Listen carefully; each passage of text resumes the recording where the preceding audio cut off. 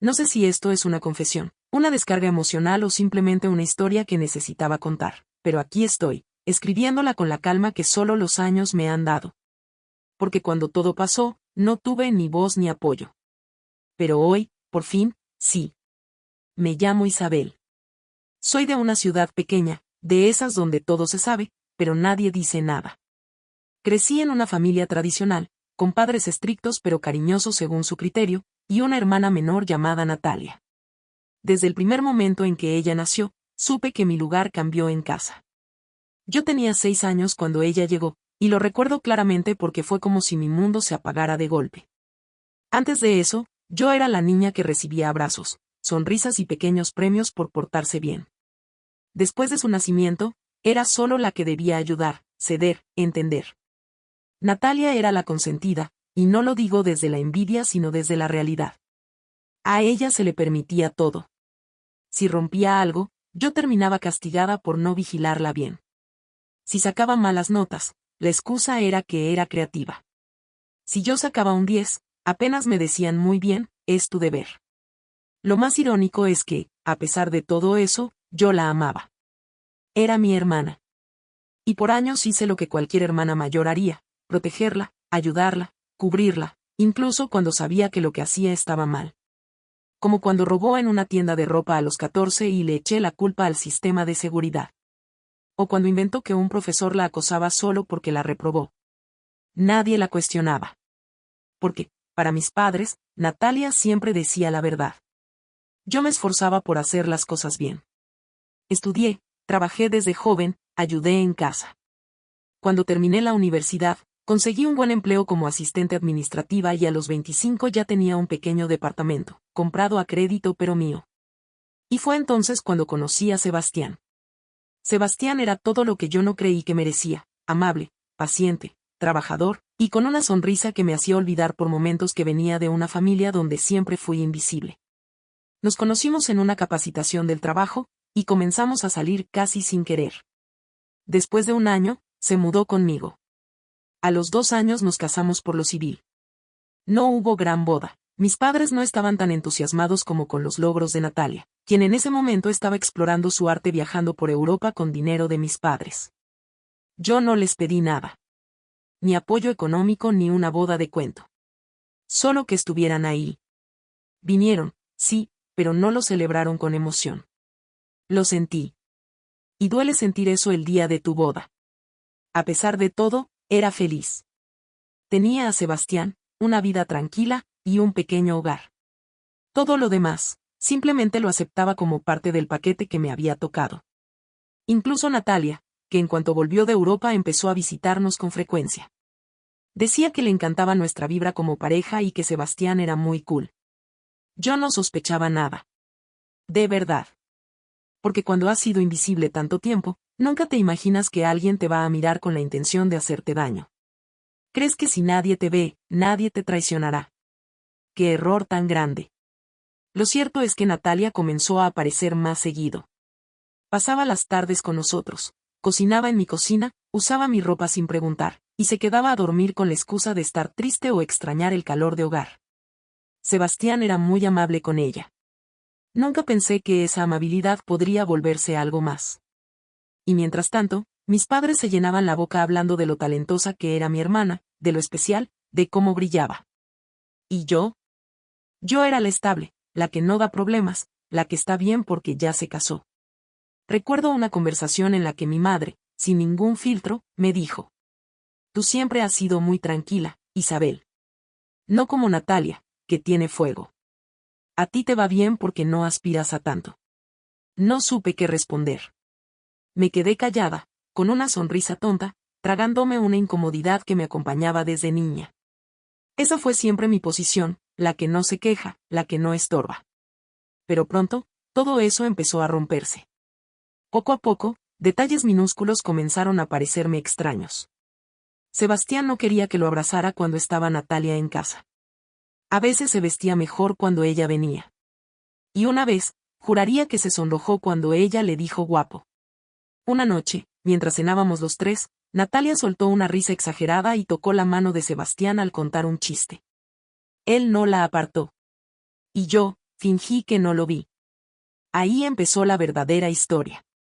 La que duele, la que te arranca todo lo que eres, y la que me obligó a convertirme en una versión de mí que jamás pensé que tendría que ser. Con el tiempo, empecé a vivir una rutina que, aunque tranquila, comenzó a sentirse extraña. No por Sebastián. Él seguía siendo el mismo en muchos aspectos, cumplido, trabajador, atento. Pero algo se estaba desacomodando. Como una silla que parece firme, pero cuando te sientas, cojea apenas un poco, lo justo para incomodarte, sin caerte. Natalia seguía viniendo a la casa cada vez más seguido. Se instalaba en el sofá con su computadora, decía que necesitaba un ambiente de energía bonita para trabajar en sus diseños. Se tomaba mis tazas favoritas, usaba mis cremas del baño, y más de una vez dejó ropa interior secándose en el baño que compartía con mi esposo. A mí me parecía una falta de respeto, pero cada vez que se lo decía, me respondía con un «Ay, Isa. No seas tan seria, soy tu hermana». Y Sebastián nunca dijo nada. Le reía las bromas. Le aceptaba sus abrazos. A veces llegaba del trabajo y los encontraba viendo películas juntos en pijama mientras yo había pasado todo el día en la oficina. La situación se volvió aún más tensa cuando, una noche, encontré a Natalia durmiendo en nuestra cama. Sebastián estaba en el sofá. Me dijo que ella se sintió mal y que no quiso dejarla sola. Que había ido al sofá para dejarla descansar tranquila. ¿Y por qué no la llevó a la habitación de huéspedes? No obtuve respuesta. Yo no era tonta. Nunca lo fui. Pero crecí creyendo que debía ser fuerte, no hacer drama, y confiar en los míos. Así que esa noche me tragué la rabia, pero ya no dormí igual. Algo se rompió. A las semanas, Sebastián comenzó a llegar más tarde del trabajo. Cuando le preguntaba, me decía que eran proyectos nuevos, que no quería estresarme. Que confiara en él. Lo hice. Pero empecé a mirar más. Revisé su celular una noche mientras dormía. Me temblaban las manos. Yo no era de esas personas, no me gustaba invadir la privacidad de nadie. Pero el miedo se me había instalado en el pecho como un tumor. No encontré mensajes obvios. Todo limpio. Pero algo no cuadraba. Demasiado limpio. Incluso el historial de llamadas estaba vacío. ¿Quién borra eso, a menos que tenga algo que ocultar? Le comenté a mi madre. Buscaba consejo. ¿Y qué me dijo? No seas insegura, Isabel. Sebastián es un buen hombre.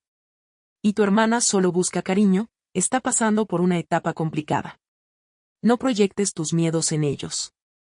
Y así, una vez más, me sentí como la loca. La que exagera. La que no entiende. Excepto por alguien. Mi tía Clara, la hermana menor de mi papá, era la única persona que me miraba con ojos de verdad. Había vivido cerca de nosotros desde siempre, pero no tenía hijos ni pareja. Decían que era amargada. Pero conmigo siempre fue diferente. Cariñosa, directa, y lo más importante, justa. Un domingo la visité sola, con una excusa. Terminé llorando en su cocina, con un té frío entre las manos. No dijo nada durante minutos. Luego me preguntó: ¿qué piensas hacer? Le dije que no sabía. Que no tenía pruebas. Que quizás era solo mi cabeza. Ella me miró fijamente. Y dijo: Isabel, tú no estás loca. Te han enseñado a dudar de ti desde que tienes memoria. Pero esta vez, te juro que no estás equivocada. Fue la primera persona que me creyó. Que no me trató como una histérica. Me sentí validada, aunque el miedo no se fue. Unos días después, ocurrió lo que lo cambió todo. Regresé del trabajo más temprano porque había olvidado mi laptop. Cuando entré a casa, no me anuncié. Nunca lo hacía. Al subir las escaleras, escuché risas. Era la voz de Sebastián, y la risa de Natalia. No grité. No hice ruido. Solo me acerqué a la puerta del dormitorio principal. Estaba entreabierta. Vi sus zapatos en el piso. Y las ropas sobre la silla. Ropas de los dos. No quise ver más. Di media vuelta. Bajé las escaleras como un autómata. Tomé mi laptop, salí de la casa, me subí al coche, y ahí me deshice. Lloré como si me estuviera partiendo en 1000 pedazos. Porque eso fue exactamente lo que pasó. No les dije nada ese día. No confronté a nadie. No quise darles el poder de verme destruida. Esa noche dormí en casa de mi tía Clara. Y por primera vez, hablé de venganza. Ella no me dijo que no lo hiciera. Solo me dijo: hazlo bien. Hazlo sin rabia. Hazlo con inteligencia.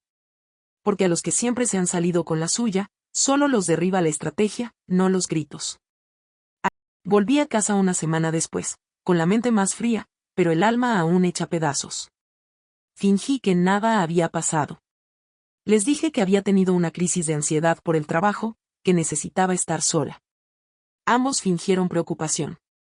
Natalia incluso me abrazó y me dijo que me echó de menos. Tuve que controlar cada músculo de mi cuerpo para no escupirle en la cara la verdad que ya sabía. No estaba lista. No aún. Y eso fue lo que me salvó. Durante las semanas siguientes, me dediqué a observar. Me convertí en una actriz. Sonreía, cocinaba, trabajaba. Todo como si nada. Pero en el fondo, grababa cada movimiento, cada palabra, cada gesto. Descubrí que el secreto de la venganza no era la rabia, era la paciencia. Natalia empezó a cometer errores. Pequeños, pero claros. Se refería a cosas que solo Sebastián debería saber. O mencionaba lugares que, supuestamente, habían visitado con unos amigos, pero que él nunca me había contado. A veces entraba a la habitación cuando yo salía de bañarme, solo para ver qué ropa usaría ese día. Competía en silencio por una atención que ya creía tener ganada. Y Sebastián, ya no podía ocultarlo del todo.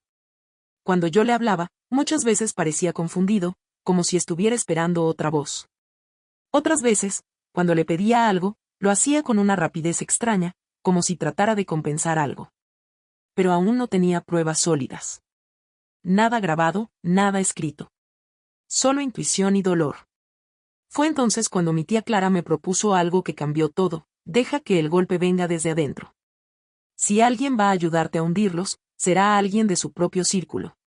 Ella tenía una sobrina política, Marta, hija de su prima, que trabajaba en una firma de abogados y que conocía a Sebastián desde la universidad. Le pidió que la recomendara para un puesto temporal en la empresa donde él trabajaba. En pocas semanas, Marta ya estaba en su oficina como asistente externa, con un nombre falso y un historial laboral impecable. Sebastián no la reconoció. Era lógico. Marta había cambiado mucho desde la universidad, y su nuevo estilo profesional encajaba perfecto con la imagen de alguien que venía a ayudar. Se convirtió en su sombra, su asistente directa, su confidente profesional. Y gracias a eso, supimos todo. Sebastián no solo me estaba haciendo infiel con mi hermana. También estaba haciendo movimientos financieros turbios. Había traspasado parte del dinero de nuestras cuentas conjuntas a una cuenta privada a su nombre. Y no solo eso, también estaba ayudando a Natalia a abrir una tienda de ropa con mis contactos de proveedores. Literalmente me estaban usando como peldaño para construir su nueva vida juntos. Fue devastador. Pero también fue liberador. Ya no era una sospecha. Era un hecho. Y eso cambió mi postura por completo. Ya no me dolía. Me activaba. Lo siguiente era trazar el plan. No sé cómo describir el momento exacto en que acepté que mi esposo y mi hermana estaban juntos. No hablo de una aventura pasajera o un error de una noche, no. Ellos tenían una relación. Un plan. Una vida que estaban armando sobre mis cenizas. Y lo peor fue ver cómo mi familia lo validó. Cuando decidí confrontarlos, no lo hice con gritos ni escenas. Fui a la casa de mis padres un domingo. Ellos sabían que algo me pasaba. Siempre supe que si quería soltar la verdad, debía hacerlo frente a todos. Natalia está acostándose con Sebastián, dije sin rodeos. Lo descubrí hace semanas. Tengo pruebas. Silencio. Mi madre frunció el ceño. Mi padre bajó la vista. Natalia se quedó congelada, pero luego giró los ojos, como si estuviera lidiando con una niña berrinchuda. Sebastián intentó poner cara de esto es una locura. Yo saqué el teléfono y reproduje el audio que Marta había grabado días antes en la oficina. En él, Sebastián hablaba con Natalia. Planificaban mudarse juntos, hablaban de vender mi casa, y se reían de cómo Isa todavía no se da cuenta. Cuando terminó el audio, mi madre dijo algo que jamás olvidaré. Bueno, Isabel, a veces las cosas no salen como uno espera. Quizás era algo inevitable. Sebastián y Natalia siempre se llevaron bien. Así. Sin más. Mi papá no dijo nada. Solo se fue a la cocina. Natalia empezó a llorar, diciendo que no lo planeó, que simplemente se dio, que no podía evitar enamorarse. Sebastián no habló. Sabía que cualquier palabra solo lo hundiría más. Yo me quedé sentada, en completo silencio. No había gritos, ni insultos. Solo una certeza aplastante: había perdido. No a Sebastián. A mi familia. A los días, Sebastián me pidió el divorcio en buenos términos. Me dijo que podíamos dividir los bienes, que él respetaba todo lo que vivimos. Pero yo no tenía ni fuerza ni ganas de pelear por la casa. Ya estaba manchada. Ya no era un hogar, era un nido de traiciones. Firmé los papeles sin decir nada. Me fui con una maleta, unos ahorros y la ayuda de Clara. Me quedé sin casa, sin esposo y sin padres. Y aún así, ellos pensaban que habían ganado. No sabían que ahí acababan de despertar a alguien que llevaba años dormida. Los días que siguieron fueron grises. Me despertaba sin saber dónde estaba. A veces me olvidaba de que ya no tenía casa, que ya no tenía esposo, ni familia. La rutina lo hacía más difícil, no más fácil. Era como vivir dentro de una habitación sin ventanas. Clara me ofreció quedarme en su casa, y aunque al principio me negué, terminé aceptando. No porque no tuviera opciones, tenía algo de dinero, podía alquilar algo pequeño, sino porque necesitaba un lugar donde alguien me creyera. Ella no hablaba mucho. Me preparaba té, me dejaba cobijas limpias, ponía mi comida favorita en la mesa. Era su forma de decir: estás a salvo aquí. Y eso, en ese momento, valía más que cualquier palabra. Mientras tanto, Sebastián y Natalia comenzaron su vida juntos. No se escondían. Publicaban fotos en redes sociales, salían con amigos, incluso remodelaron la casa. Mi casa. Vi una foto donde pintaron la habitación que fue mía de un color horrendo y escribieron en la descripción: nuevo comienzo. Lo peor no era verlos felices. Lo peor era que nadie parecía ver lo que habían hecho. La narrativa era que Isabel no supo mantenerlo, que la pareja se formó sola, que el amor no se puede controlar. Incluso algunos amigos míos se alejaron. ¿Por qué? Porque creyeron la historia de Natalia. Que yo estaba mal, que había sido siempre celosa, que me inventaba cosas. Y como ella tenía el respaldo de mis padres, fue fácil para todos tomar partido. Nunca me había sentido tan sola. Pero en el fondo, algo se estaba gestando. No rabia. No odio. Algo más fino, más frío. Clara me ayudó a verlo. No se trata de devolver el golpe, Isa. Se trata de hacer que se den cuenta de que subestimarte fue su peor error. Ahí empezamos a trabajar en silencio. Clara conocía a Marta, y Marta tenía acceso a gente importante. Pero no íbamos a hundirlos con chismes o escándalos. No. El daño real siempre llega cuando uno toca lo que los demás aman en silencio, desde las sombras. Yo comencé por rehacer mi currículum. No para buscar empleo, sino para reinventarme. Tomé cursos en línea, me preparé en gestión de negocios, y con la ayuda de Marta, entré en contacto con una empresa emergente que buscaba personas para liderar proyectos en otras ciudades. Acepté un puesto lejos de todo. Cambié de número, cerré mis redes sociales y me desconecté de la versión de mí que ellos conocían. Durante casi 2 años, nadie supo de mí. Y eso era perfecto. Porque mientras ellos pensaban que yo había desaparecido, yo crecía. Económicamente, profesionalmente, emocionalmente. Descubrí que no necesitaba que nadie me viera para valer. Solo necesitaba verme a mí misma como lo que era, alguien capaz de reconstruirse desde cenizas ajenas.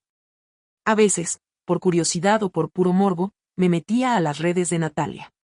Había logrado abrir su tienda de ropa, con la ayuda financiera de Sebastián. La tienda tenía una imagen bonita, con muchos influencers hablando bien de ella. Pero detrás de cada diseño, había algo que sabía que podía destruirse. Y así nació la idea de infiltrarme en su nuevo mundo. No de frente. No como Isabel. Sino como alguien más. Alguien que se convirtiera en parte de su entorno. Que ganara su confianza. Y luego, simplemente, apretara el gatillo adecuado.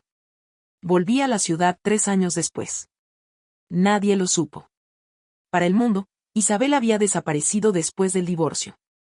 Mis padres decían que no se sabía mucho de mí, y Natalia contaba la historia de cómo intentó ayudarme, pero yo me alejé. Su nueva narrativa era que ella no me robó nada, sino que simplemente se enamoró, y que Sebastián encontró la felicidad que conmigo no tenía.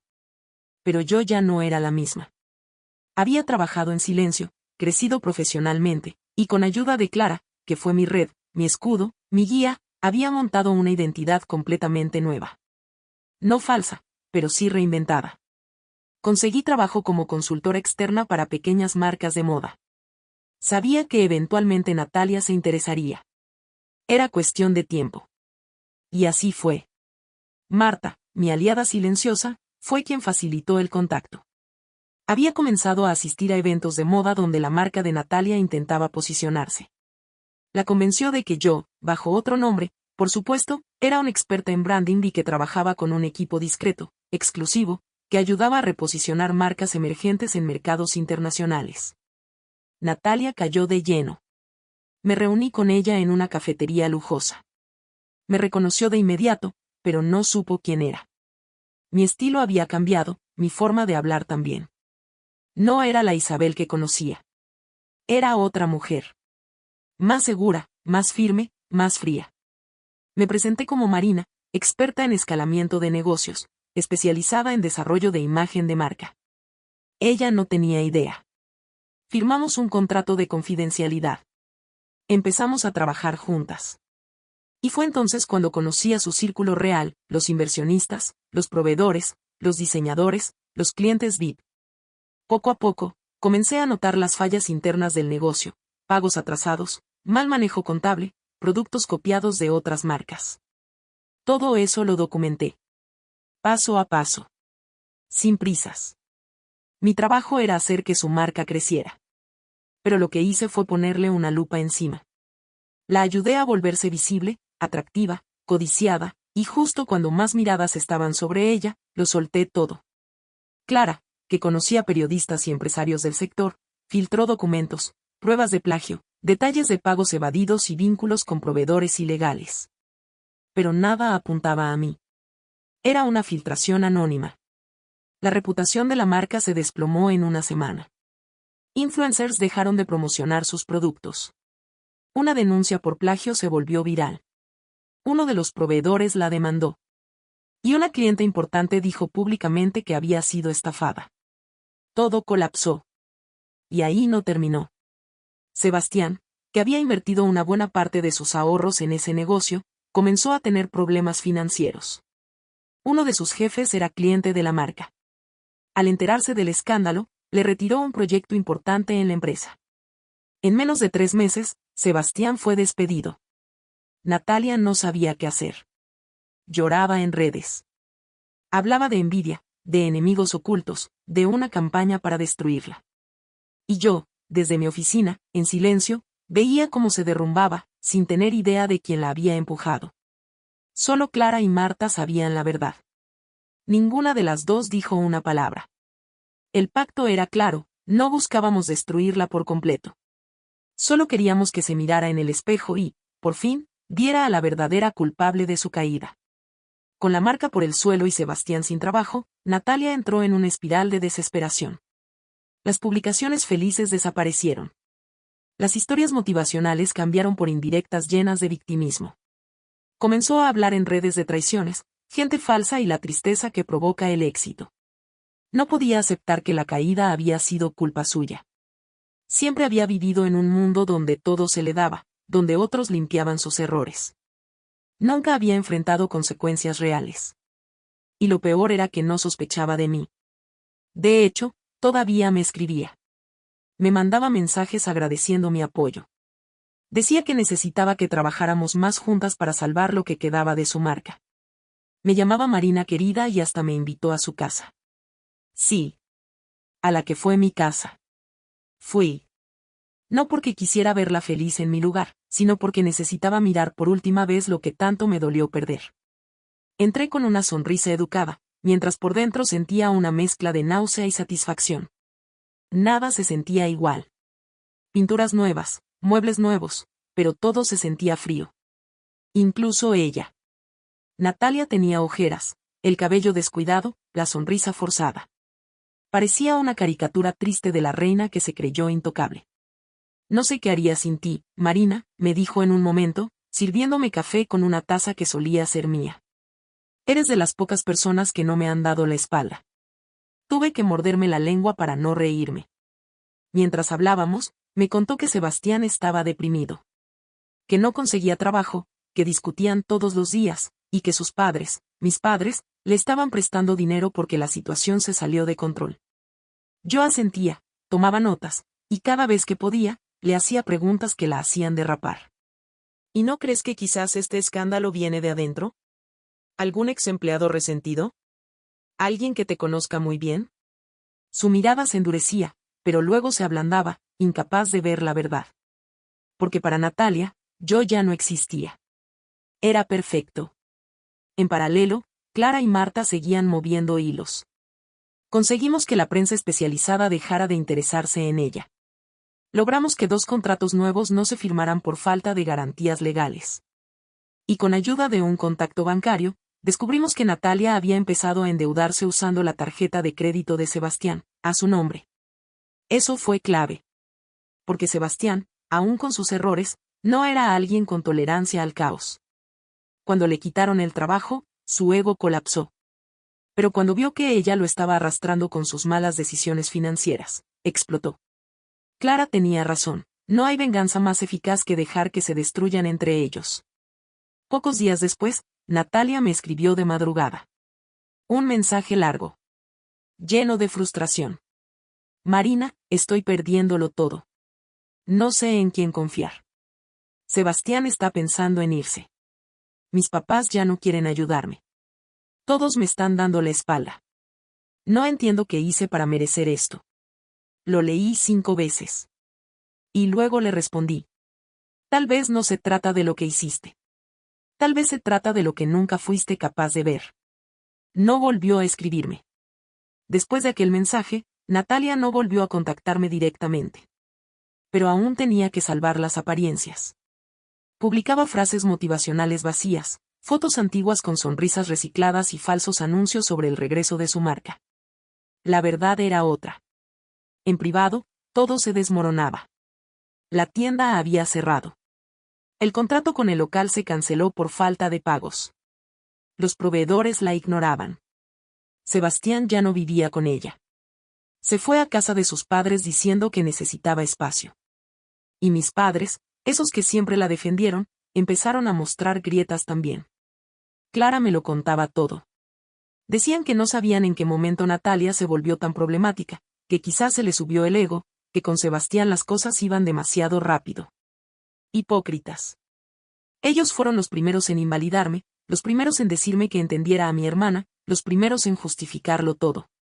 Pero ahora que su princesa se venía abajo, comenzaban a querer despegarse de ella como si fueran víctimas también. Y así fue como decidí el último paso. El que no arruina, pero deja cicatriz. Con la ayuda de Marta, preparé un informe legal. En él se exponía, con documentos y fechas, cómo Natalia había utilizado recursos de la empresa, que al inicio Sebastián y yo construimos juntos, para beneficio personal, falsificando su participación en proyectos, atribuyéndose contactos que le pertenecían a terceros y gestionando cuentas con identidades prestadas.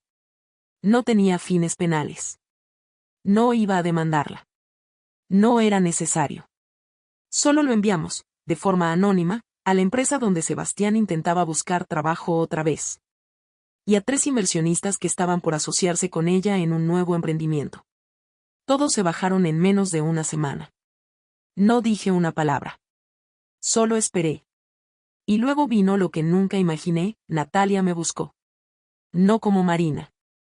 Me buscó como Isabel.